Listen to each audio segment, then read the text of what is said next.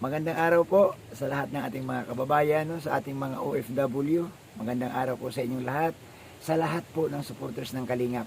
Mega love shoutout po sa inyong lahat. Guys, gawa natin ng reaction itong latest ngayon, no, na nangyayari. Bistado na itong grupo o itong mga mastermind sa pagpatulpo kay Kuya Bal. Ayon dito guys, no, sa upload ni Ma'am Bupil, pinangalanan na po, no, ni Kapudi itong mga taong gumawa or nagplano at sila talaga ang tinuturing na promotor. Ayan, mga promotor sila para ipatulpo si Kuya Bal para sirain ang Team Kalingap. Papaano yan, no? Unti-unti na po silang nahubaran ng maskara. Pero bago tayo guys magpatuloy, guys, invited ko po kayo, no? I-comment ninyo ang inyong opinion, no? Isama ninyo guys ang inyong opinion diyan sa ating comment section para malaman natin guys kung ano ang saulubin ng mga viewers, no? Makibahagi kayo sa ating pag-uusapan.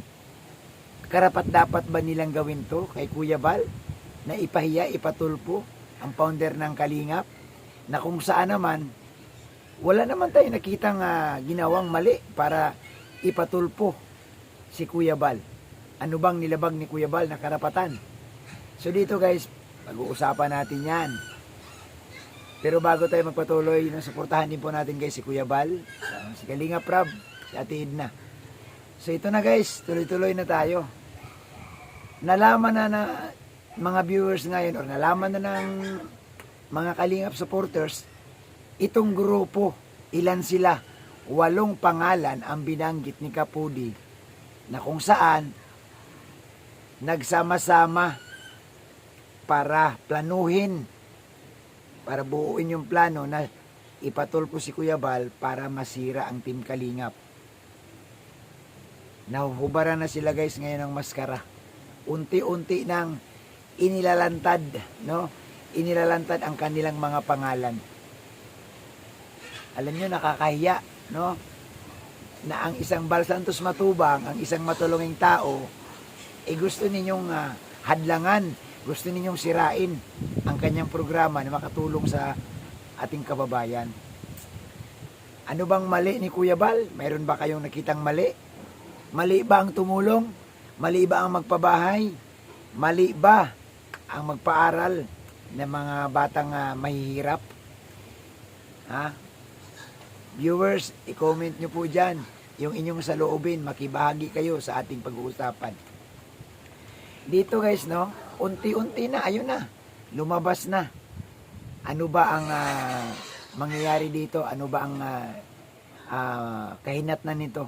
Siyempre guys, sa ngayon, no, dahil nga nabuksan na ito, nailathala na, no, sa upload ni Ma'am Bupil, na ang nagpaplano itong mga ito, talagang mabibigat na bigating mga tao ito, no, mga sponsor, no, ang nabanggit diyan, no, si Joel Salcido, ang natandaan ko lang si Leo D, si Ridsin, si Annalyn, si Udit, si Ma'am Udit,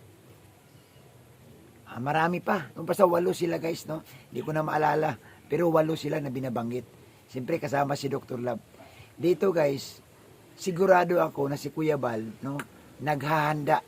Kasi dito magagamit ito talagang mapatunayan talaga na itong mga ito ay nagsabwatan para sirain ang Kalingap.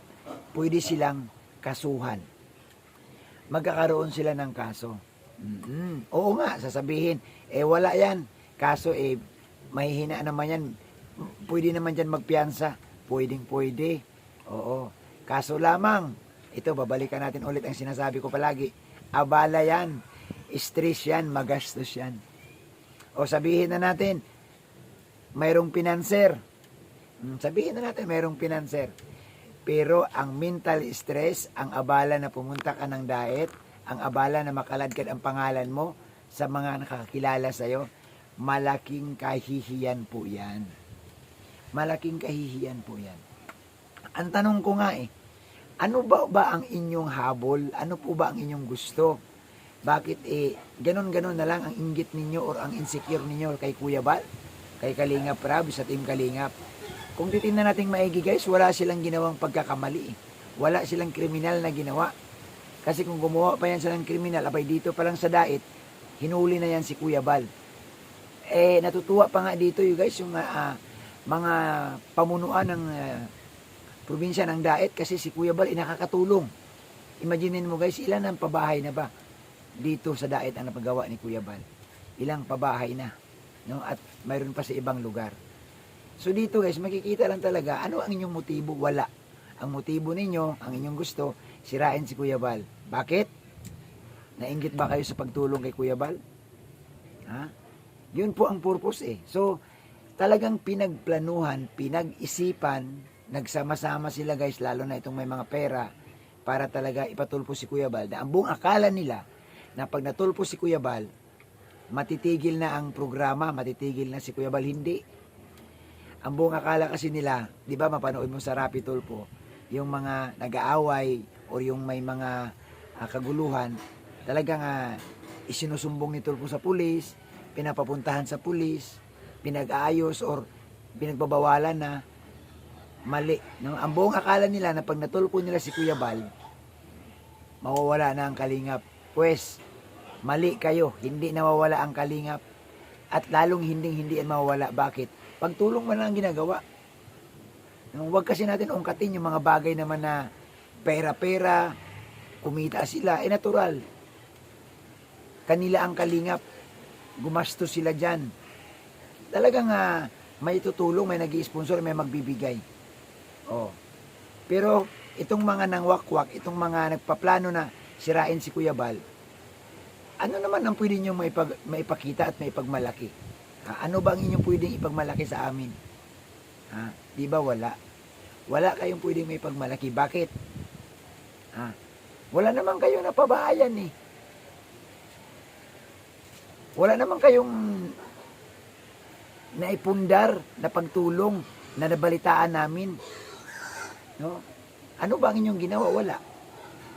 Nag-sponsor kayo. O kagaya niya, nag-sponsor kayo dyan sa isang beneficiary ni Kalingap Rab. Pero, ano ang gusto ninyo? Wakwakin ninyo, paalisin nyo sa Kalingap.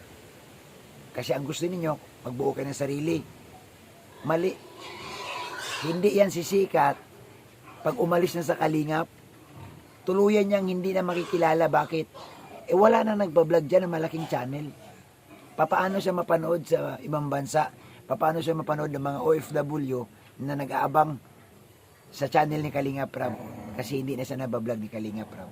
Wala. Tuluyan siyang maglalaho na parang bula. Oo. Ang pag-alis sa Kalingap, katumbas ng pagkalaos. Oo. Malalaos ka kapag wala ka na sa Kalingap.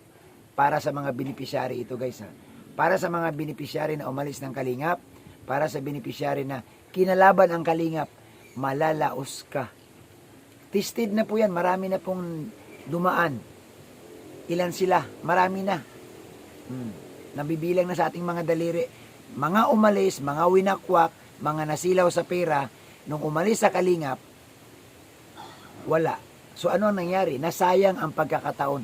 Nasayang ang oportunidad na sana gumanda pa sana lalo ang buhay. Bakit? Ba't ko nasabing gaganda pa lalo? Gumagawa si Kalingap Rab ng pamamaraan.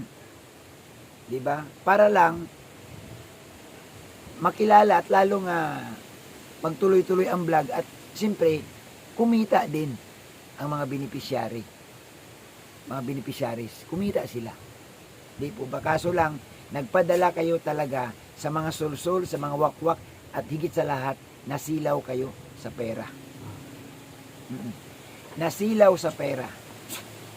Kaya nga, imbes na lumapit kay Kalingap Rab, hindi lumapit na sa sponsor, lumapit sa mga antay at doon nagsasalita, doon nagsusumbong. Anong maitulong nila sa inyo?